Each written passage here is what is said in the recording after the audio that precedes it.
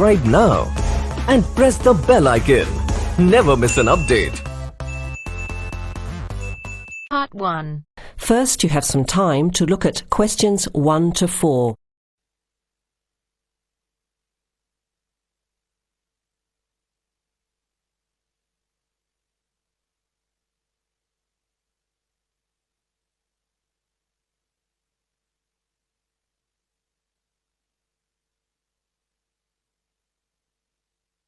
Notice that an example has been done for you. This time only, the conversation relating to the example will be played first. OK, who's next, please? I think I am. How can I help you? I just came in on flight 372 from Singapore at 11:30 and my luggage hasn't arrived. I've been waiting at the baggage claim for about half an hour now and everything seems to have come off the plane. The conveyor belt has stopped and all the passengers have gone. So I came here to find out what has happened to my bag. The time now is 12 o'clock, so letter C has been circled. Now let's begin. Answer the questions as you listen. You will hear the recording once only. Listen carefully to the conversation and answer questions 1 to 4. OK, who's next, please? I think I am. How can I help you? I just came in on flight 372 from Singapore at 11:30 and my luggage hasn't arrived. I've been waiting at the baggage claim for about half an hour now and everything seems to have come off the plane. The conveyor belt has stopped and all the passengers have gone. So I came here to find out what has happened to my bag. Can I see your ticket, please? Here it is. So you came from Hong Kong today and changed planes in Singapore, right? Yes, the connection in Singapore was a tight one. The plane got in late and I had to rush to get to the next flight. That's the problem right there. There wasn't enough time to get your bags onto the connecting flight. Normally Singapore Airport is very efficient. Now, I need you to fill in these forms. Your name? Jenny Lee. Address? I guess you want my address here. I'm staying with relatives. Just a minute, I'll have to look it up. It looks like 583. No, it's 533 East 67th Street in Riverside. Do you have the phone number there? Yes, I do. It's 9301 4269. So you came in on Qantas Flight 392. Do you know the number of the flight out of Hong Kong? Let me see. I think it was Cathay Pacific 900 or something. Oh yes, it says here, CX912.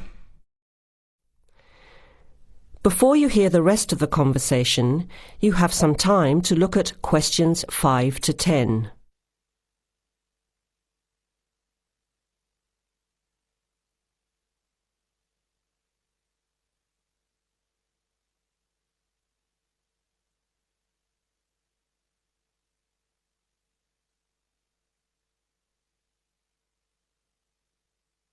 Now listen and answer questions 5 to 10.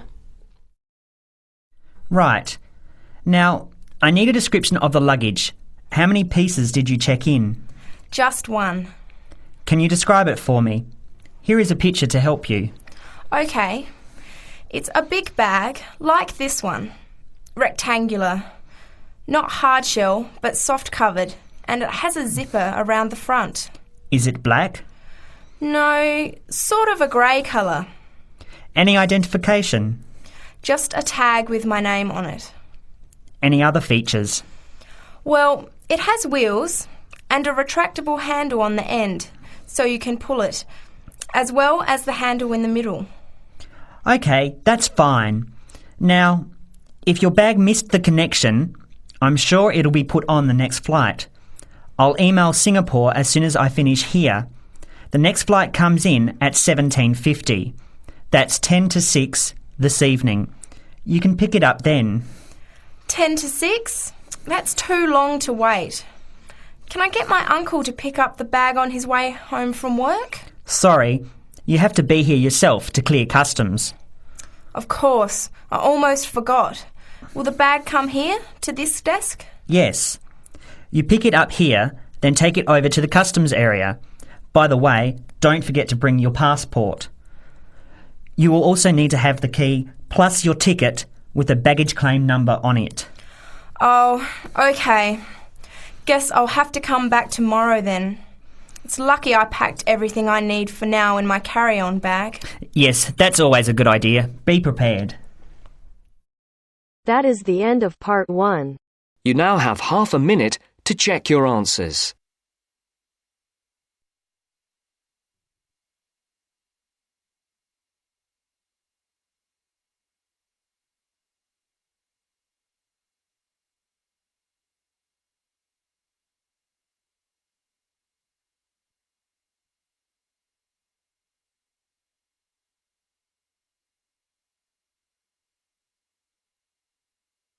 Now turns to part 2. Part 2. Listen to the conversation between the woman and the man and answer the questions. First, you have some time to look at questions 11 to 17.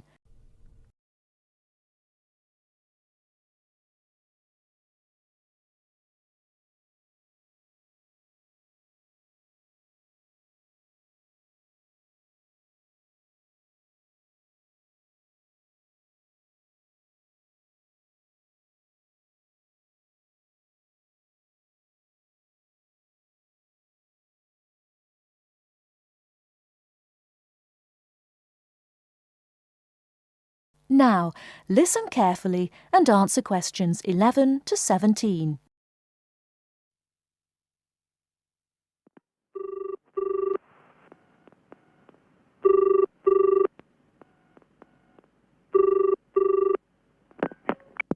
Hello, Paraglider's Paradise. How can I help you? Oh, hi. I'm interested in doing a course in paragliding. Which course are you interested in? Well, I'm not sure. What's available? Well, we've got the introductory course, which lasts for 2 days. Okay. Or there's the 4-day beginner's course, which is what most people do first. I'd tend to recommend that one. And there's also the elementary pilot course, which takes 5 to 6 days depending on conditions. We might try the beginner's course. What sort of prices are we looking at? The introductory is $190. The beginner's course, which is probably what you'd be looking at, is $320. No, sorry, $330. It's just gone up. And the pilot course is $430. Right. And you also have to become a member of our club so that you're insured. That'll cost you $12 a day. Everyone has to take out insurance, you see. Does that cover me if I break a leg? No, I'm afraid not. It's only third party and covers you against damage to other people or their belongings, but not theft or injury. You would need to take out your own personal accident insurance. I see. And what's the best way to get to your place? By public transport, or could we come by bike? We're pretty keen cyclists. It's difficult by public transport, though there is a bus from Newcastle. Most people get here by car, though, 'cause we're a little off the beaten track. But you could ride here, okay? I'll send you a map. Just let me take down a few details. What's your name? Maria Gentle. And your address, Maria? Well, I'm a student staying with a family in Newcastle. So it's care of... Care of Mr. and Mrs. McDonald. Like the hamburgers? Yes, exactly. McDonald. The post office box address is probably best. It's P.O. Box 676, Newcastle. Is there a fax number there? Because I could fax you the information. Yes, actually there is. It's 0249, that's for Newcastle, and then 775431. Okay, now if you decide to do one of our courses, you'll need to book in advance and to pay when you book. How would you be paying?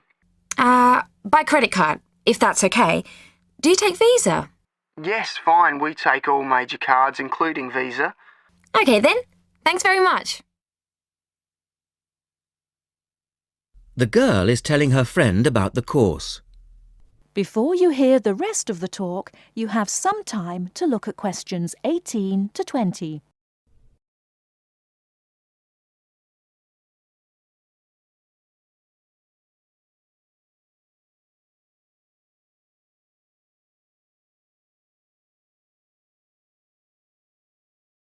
Now listen and answer questions 18 to 20. Hi, Pauline. Hi, Maria. What's that you're reading? Just some information from a paragliding school. It looks really good fun. Do you fancy a go at paragliding? Sure. Do you have to buy lots of equipment and stuff? Not really. The school provides the equipment, but we'd have to take a few things along. Such as? Well, it says here, clothes, wear stout boots, so no sneakers or sandals, I suppose, and clothes suitable for an active day in the hills. Preferably a long-sleeve t-shirt. That's probably in case you land in the stinging nettles. It also says we should bring a packed lunch. We do not recommend soft drinks or flasks of coffee. Water is really the best thing to drink. We need to bring suntan lotion and something to protect your head from the sun. Okay, that sounds reasonable. And where would we stay? Well, look, they seem to operate a campsite too, because it says here that it's only $10 a day to pitch a tent. That'd be fine, wouldn't it? And that way we'd save quite a bit, because even a cheap hotel would cost money. Or perhaps we could stay in a bed and breakfast nearby. It gives a couple of names here we could ring. I think I might prefer that. Hotels and youth hostels would all be miles away from the farm, and I don't fancy a caravan. No, I agree. But let's take a tent and pray for good weather. Okay, let's do it. What about next weekend? No, I can't. I'm going on a geography field trip. And then it's the weekend before the exams, and I really do need to study. Okay then, let's make it the one after the exams. Fine. We'll need a break by then. Can you ring and let me know if you can find out some... That is the end of part 2. You now have half a minute to check your answers.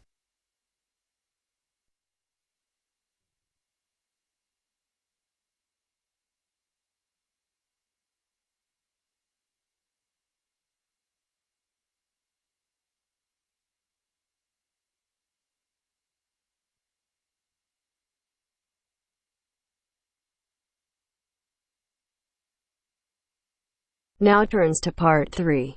Part 3. You will hear two undergraduates doing a research methods course. A girl called Leela and a boy called Jake having a seminar with their tutor.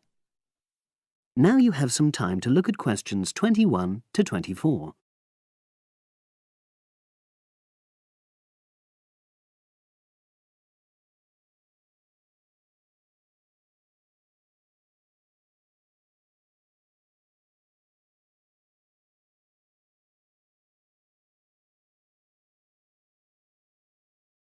Now listen and answer questions 21 to 24.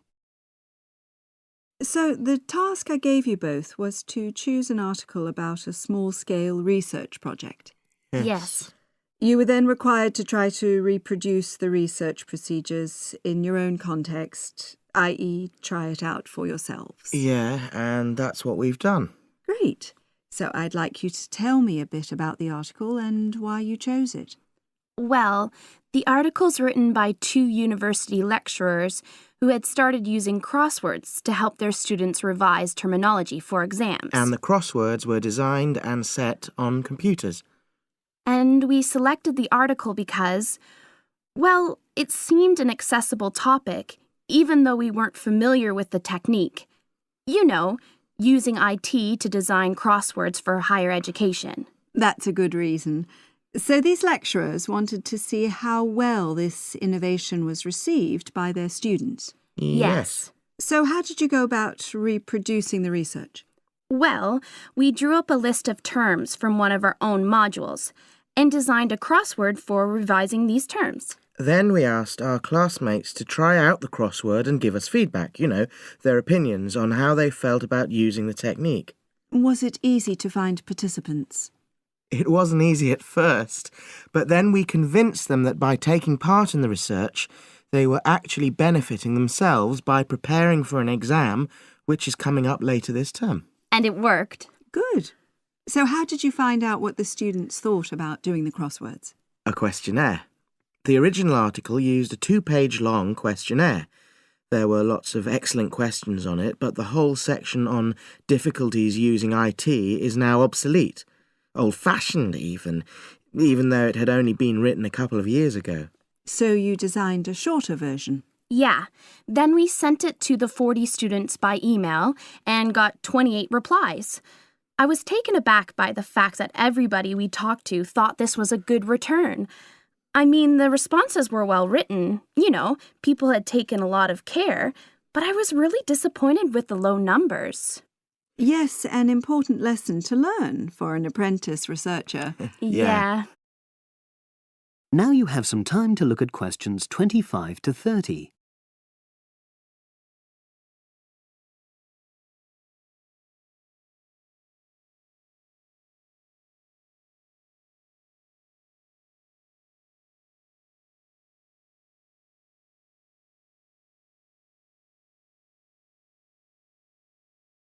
Now listen and answer questions 25 to 30. So what results did you get? Well, basically, the responses were extremely positive.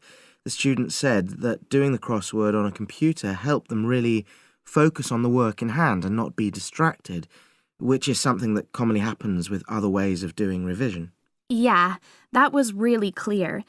But something that struck me was that having fun hardly featured in their responses, nor did anything to do with spelling of hard words, which I thought would be an obvious benefit. No?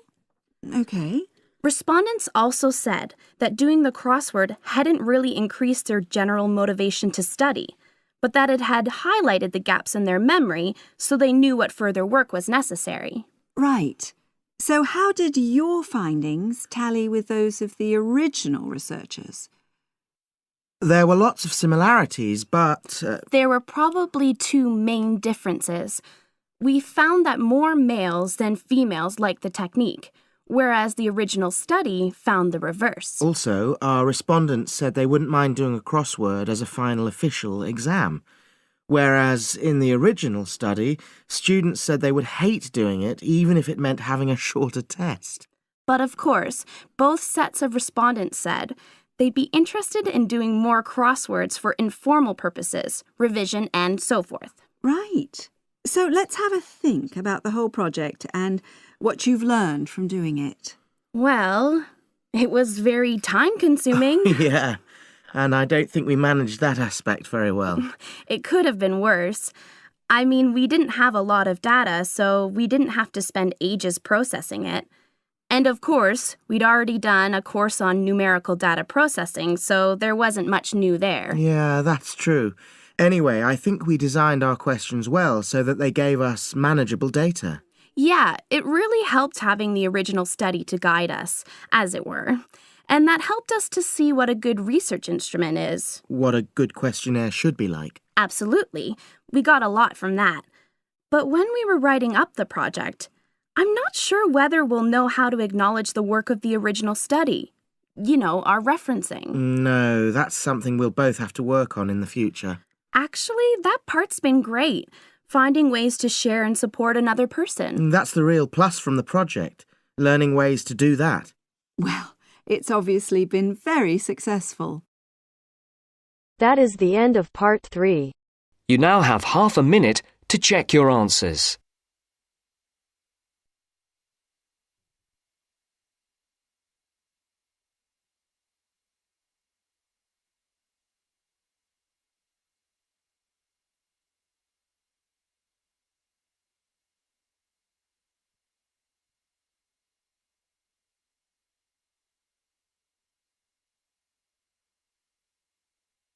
Now turns to part 4.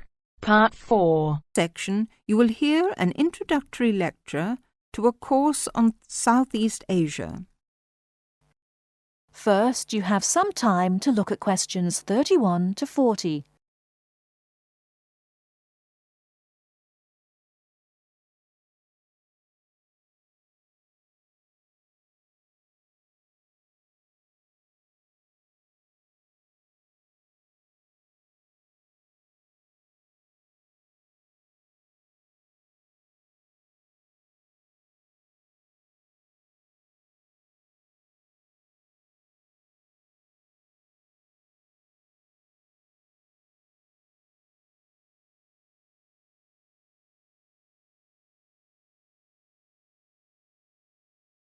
Now listen carefully and answer questions 31 to 40.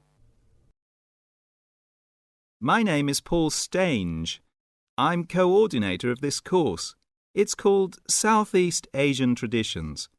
I'm also the author of the study guide and the course reader, and you should have those in front of you. As well as these, you'll need 2 textbooks for the course. There's the one by Osborne and there's another by Legg. I'll talk a bit more about the reading materials in a moment.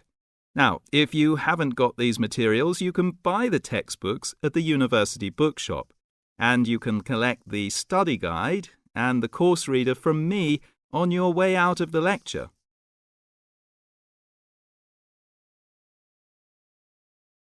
The purpose of this lecture is simply orientation. What I'm going to do is introduce myself, talk you through the course, and give you some additional advice, apart from what's contained in the study guide, on dealing with the various assignments for the course.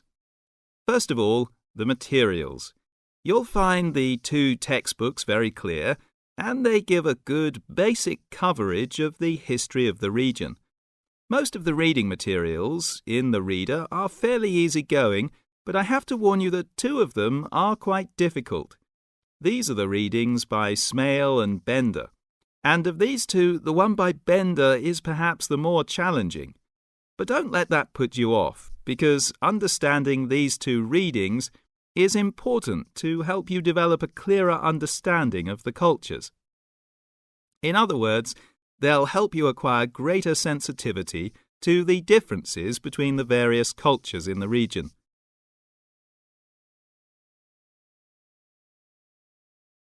Now, the course itself. The course has multiple aims. It's primarily a history course, but it's not only a history course. It is, in most respects, a cultural history course focusing on Southeast Asia. Nevertheless, the course is, as you'll see from the materials, an introduction to the Southeast Asian Studies component of the Asian Studies program.